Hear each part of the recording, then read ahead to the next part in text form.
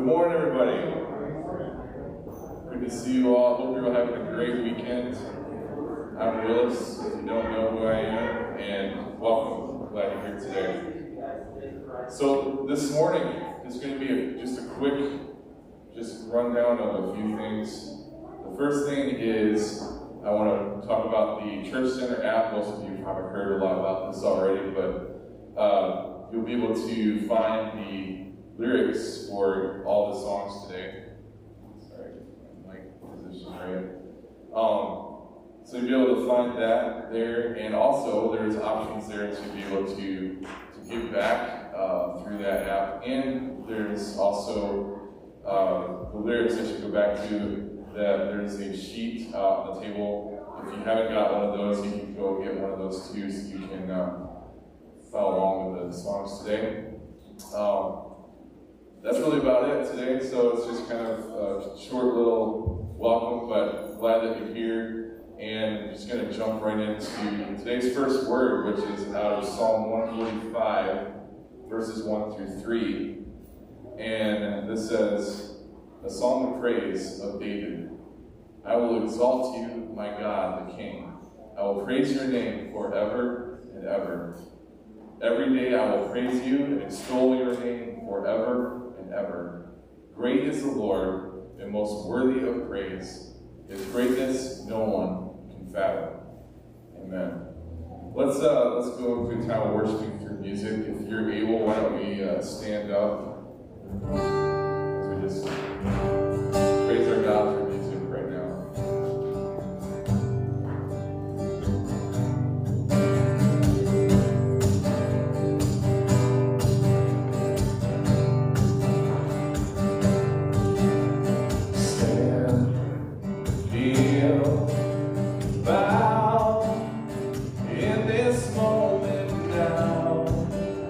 Worshiping our King.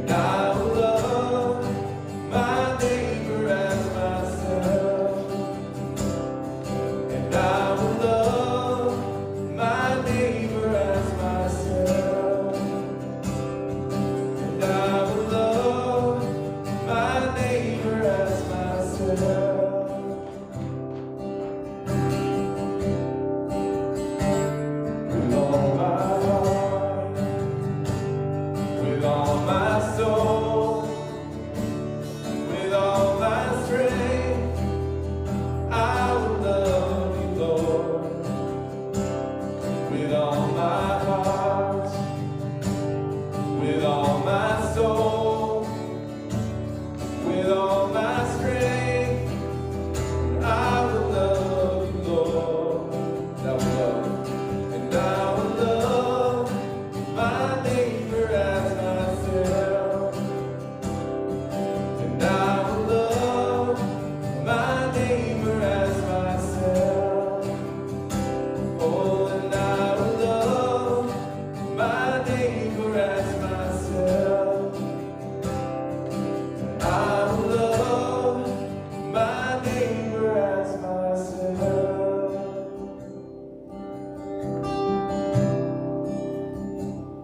With all my heart,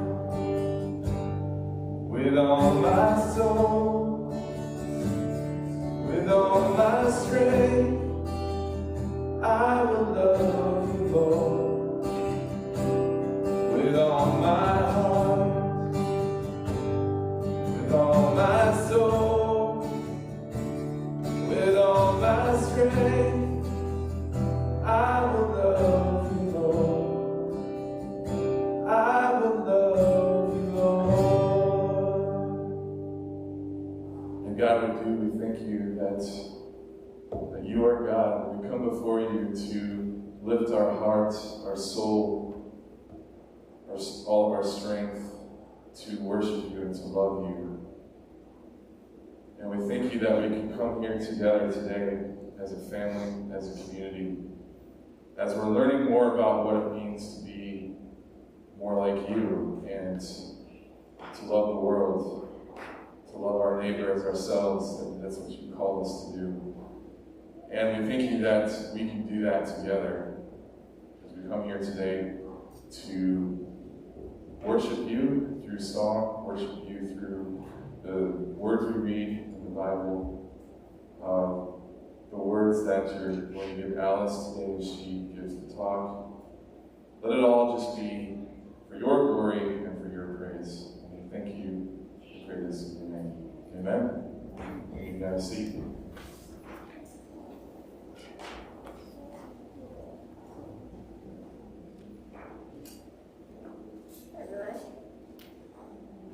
How are we doing? Good.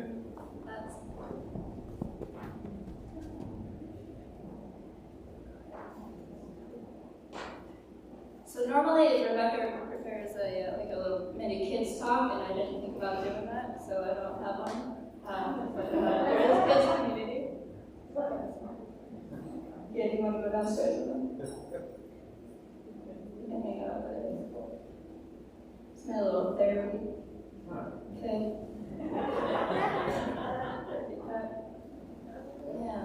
Yeah. So this past week I've been started fighting off a cold. So I'm not 100% right now, and also I'm extremely uncomfortable in here. But I'm wearing my comfy pants to compensate. So I think we're good. I think we're gonna be all right. Get through it. Okay. Anybody ready for a pop quiz? Yeah. See? Who knows Philippians 4:13? It's a pretty popular one. I can do all things through Christ who strengthens me. There you go. Yeah. Is that true? It's in the Bible, right? That's all over social media with really inspirational backgrounds. Yeah. So if that's true, me going down to the Kalamazoo airport and jumping in the cockpit of an airplane and just flying a bunch of people wherever we want to go, having no flight experience, that's a thing, right? So if this is true, then I can go do that, right? Yeah. No, of course not. What's the point? What am I missing? The context is important, right? Is there a danger in taking things out of context? Definitely, right? There's a huge danger, especially when it comes to the Bible, taking things out of context and then failing to see the whole picture, missing the bigger picture of who God is. And I think it's okay to take verses out like that if it reminds you of a bigger picture of who God is and what He's calling us to do. But I think that we, as a society, have largely lost an ability to appreciate stories as a whole picture. surprising, but in recent years, reading novels and books has gone significantly down, which is not that surprising, right? Because of the dawn of the internet and all these massive amounts of streaming sites that we have.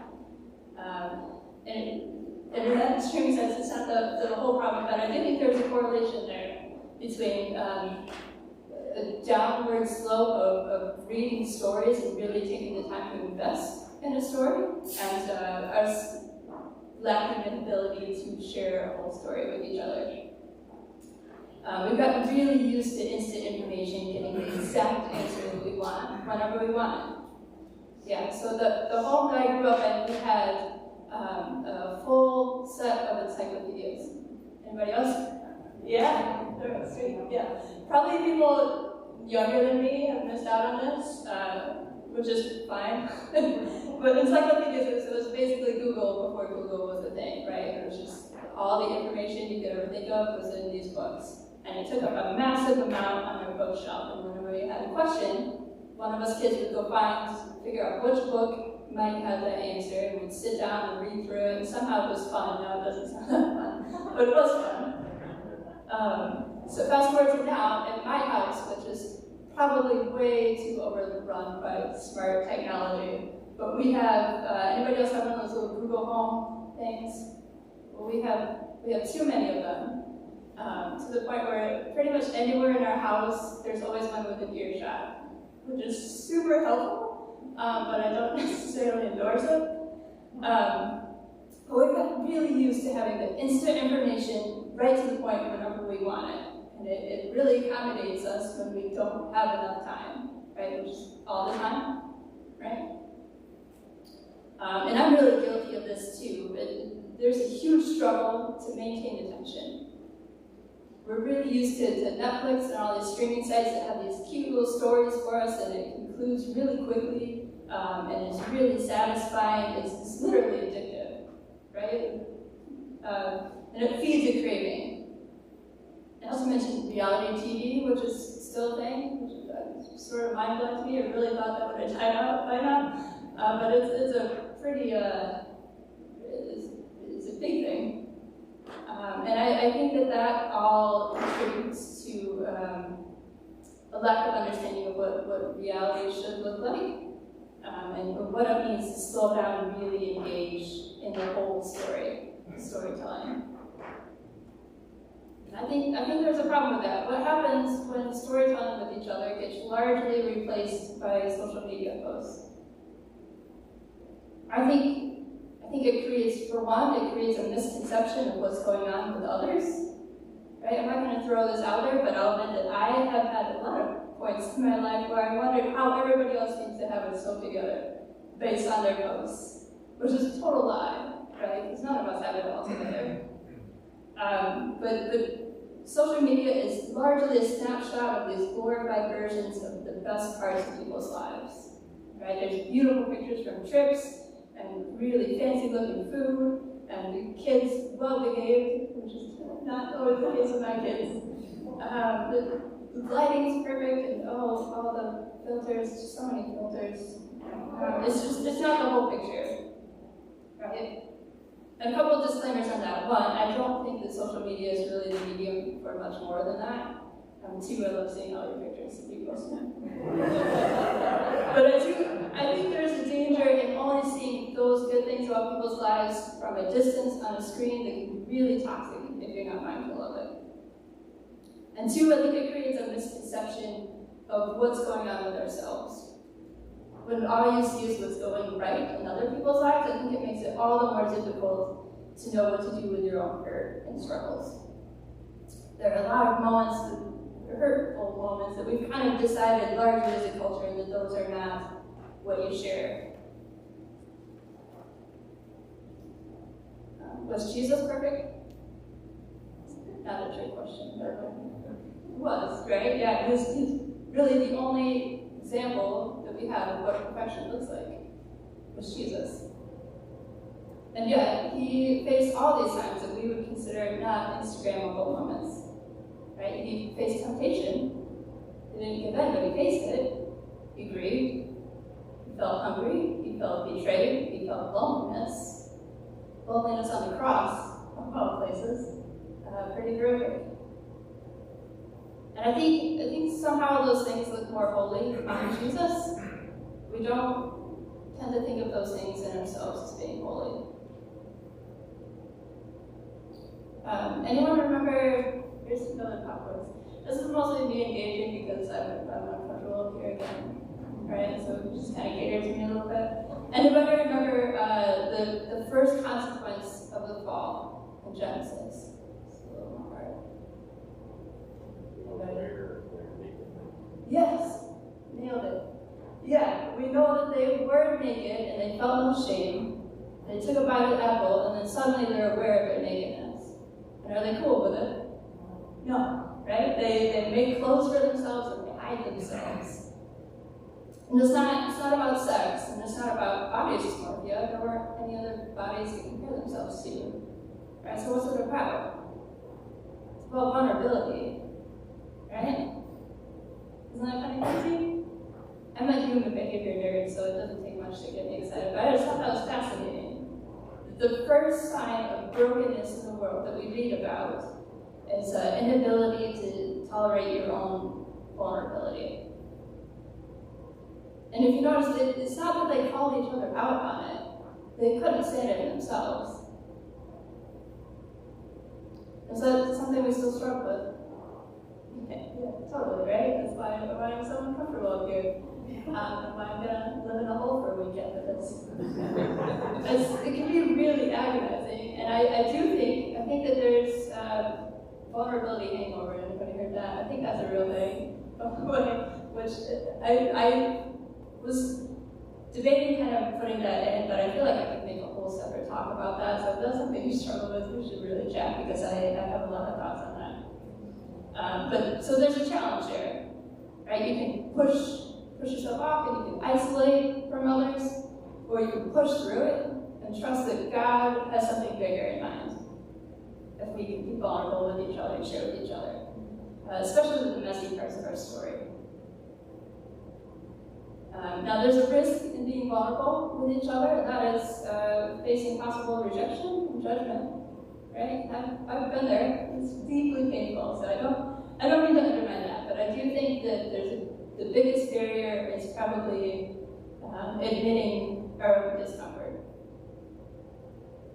In fact, I think that a lot of us probably find it easier to encourage others when they share difficult parts of their story with us than we find for encouraging ourselves to share those difficult parts. So a lot of the loss of storytelling, I think that we've lost an appreciation for the necessity of ups and downs in life. It's time to drink my water. It was supposed to help and then hurt.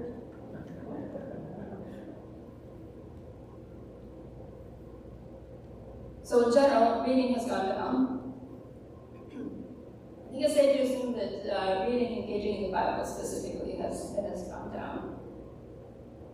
A quick note, if it feels like I'm calling anybody out, I promise that I'm calling myself out just as much because I really struggle with this too. I have seasons in my life where I'm just totally on top of it and it feels great and then I just lose it, which I think is probably pretty relatable, right?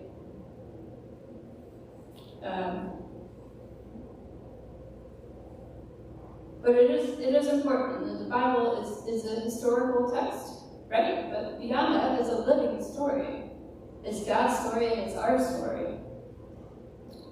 And I'm not talking about threads here. I'm talking about just Christian pop culture and speak whatever. But I do see a problem in general how we retell Bible stories. There's a lot of whitewashing going on, right? And I think that we like to think of the Bible as being like these stories that can pick us up when we need a pickup, and that we can share with our kids and then just feel good, right?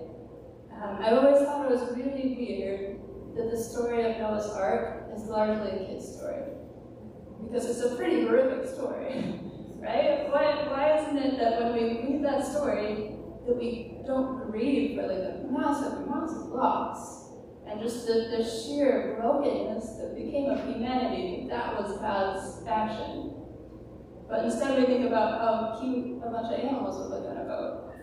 Right? It's just, I think that there's a part of us that finds it easier to cut out the ugly parts of the story. And I think that's why we, especially as Christians, have a hard time accepting the ugly parts of our own story as being important and relevant to God's bigger picture.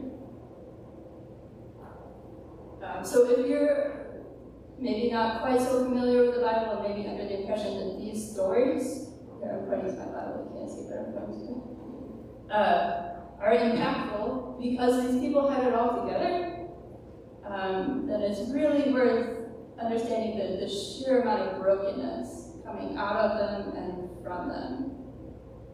I was talking with my aunt a couple days ago about how we're glad that our stories aren't recorded in the Bible for people to read over and over again for thousands of years.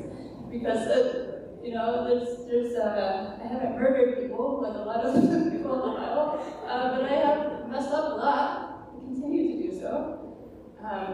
It's all relatable, right? God has a tendency to really use ugly circumstances, broken people for his goodness. So on the other hand, if your primary understanding of the Bible is that it's sheer brokenness and judgmentalness and condemnation, then it's really worth understanding how God has continually responded to all of that with hope, grace, and justice that far outweighs all the hurt. The reality of our Bible, these stories, these heroes of faith, my heroes of faith, is that they were in some truly messed up, painful situations. And read about really the worst what humanity can do. Like any story in any of the King's books, it's awful. So there are great consequences in taking the Bible out of context for our own gain and then saying that that's God's word. I made a joke about the Philippians verse, but I do think that there's a danger in viewing the Bible as only this collection of convenient quotes that we can use to make God about ourselves. It's really easy, no matter what your argument is, to find a verse that you can pull out of context to justify whatever your argument is. It's really easy to use the Bible solely as a tool to make yourselves feel good, to win an argument and destroy others. Right? Historically, the church has used the Bible to endorse crusades, used it to justify slavery and segregation, used it to silence women, used it to convince a whole lot of people that the LGBTQ community is somehow unacceptable. It's not quite history yet on a couple of those, right? Although I do believe we're moving that way. The Bible is a powerful recount of God establishing and using his people's lives and stories. And aren't we his people? So we're continuing these stories of brokenness versus God's triumph. Does anybody know the context of the Philippians 4:13? It's Paul writing, right? Where was he writing from? Prison, yeah. He's writing from prison, he's facing a possible death sentence, so he's thinking back on his life and reflecting on all of it. So every year, this is leading up to it. I have learned to be content whatever the circumstances. I know what it is to be in need, and I know what it is to have plenty. I have learned the secret of being content in any and every situation, whether well-fed or hungry, whether living in plenty or in want. I can do all things through Christ who strengthens me. It's a lot better in context, isn't it? Yeah. That's not supposed to be a quick statement to lift yourself up. In fact, it's quite the opposite. It's really quite humbling. But it's God that leads us through all that, and that's what it's meant to be, a reminder of that. Paul understands the importance of seeing the whole story. He understands how the good and the messy parts are all important, and how he overcame all of it through Christ. It fits together into this greater story of God, filled with brokenness and tons of ups and downs, and ultimately being completely overcome by God's grace and victory. So your story, really hear this because this is important. Your story and all the parts of your story are significant. And they're connected to my story, and they're connected to everybody's stories. And they're connected to the stories of the people in the Bible. It's all of it is an important part of the bigger picture of God. And it's really worth investing time and honesty in. Alright, so while Willis comes up, I'm going to give a couple quick takeaways. One, God's story and his message is worth investing careful thought and time into. And again, I'm guessing because we're all human, and also Rebecca isn't here, so all of us probably struggle with being consistent and being in the Bible, right? Has anybody heard of the Bible Project? You should check it out. Really, go home when you look on YouTube, look up the Bible Project on YouTube because it's a complete game changer for me, at least. It's Tim Mackey and John Collins, and they made these videos, and their whole approach is just trying to get people to engage more with the Bible. And so there's a video for each book of the Bible, and then they do videos of like themes throughout the Bible, and it'll rope you in. I promise. It'll make you want to read it. It'll clarify a lot of things. It makes it make a lot of sense. So they just have a way of roping you in. It's awesome. Two, each other's stories are important and worth investing careful time into. It's a huge blessing when somebody's vulnerable with you and shares with you. So encourage each other in that, and then hold on to it really cautiously. And most of the time, what I've found in myself is that vulnerability welcomes vulnerability, which will bring me to my third point, which is that your story is important and worth investing time and energy into and sharing with. Whatever season of life you're in, if it's messy or beautiful, or a lot of times both, right? It's important, and it matters, and it's worth sharing. You and everything you have going on is deeply important to God's love story. So I'll pray for us here. God, thank you so much for everyone here and this family that we built together and our relationships together. And you are so knit, and that's obvious. And I thank you for that. I pray that you would encourage us in each other and our relationships and how we share and engage with each other. Amen.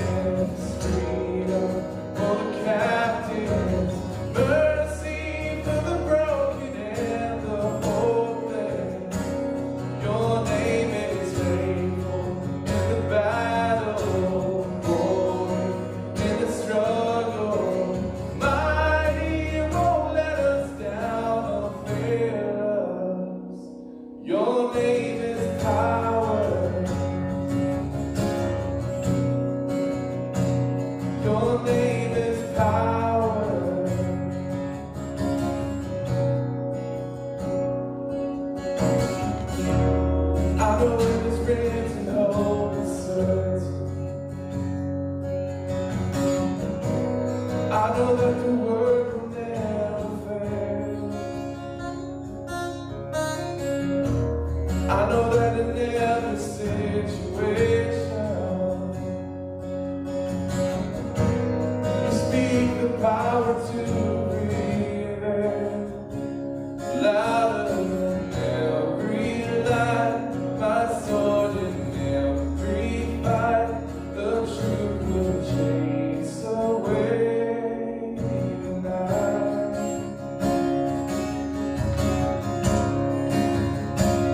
Your name is power over darkness, freedom for the captives, mercy for the broken and the hopeless. Your name is faithful in the battle, glory in the struggle. Mighty, won't let us down or fail us. Your name is power. Your name is power.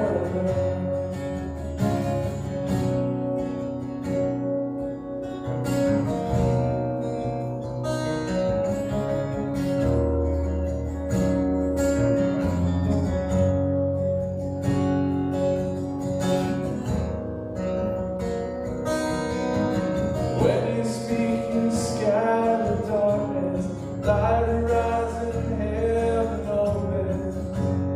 Holy Spirit, let us hear it. When you speak, the church awakens. We believe that change is coming. Holy Spirit, let us see it. When you speak, you scatter darkness, light arises in heaven open. Holy Spirit, let us hear it. When you speak, the church awakens. We believe that change is coming. Holy Spirit, let us see it.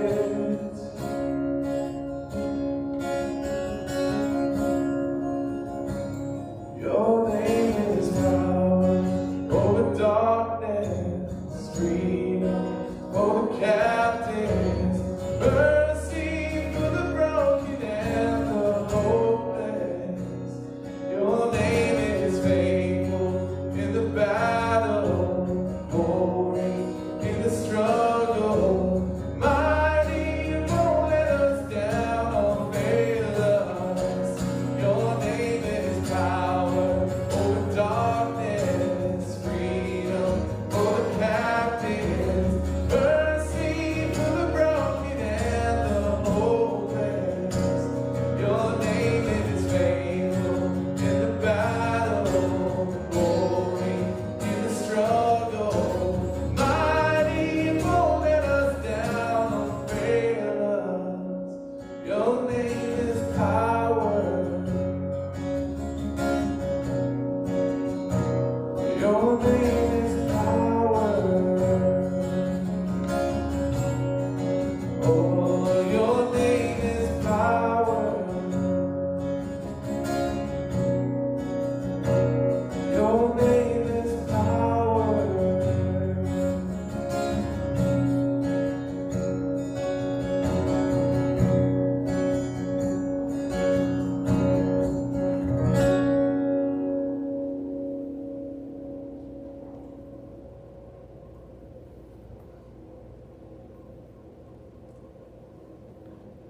Right. So yeah, whatever you're going through is just count it all as good and share and receive it with each other this week. Is peace out bean sprouts unacceptable? So okay. The peace out bean sprouts. So we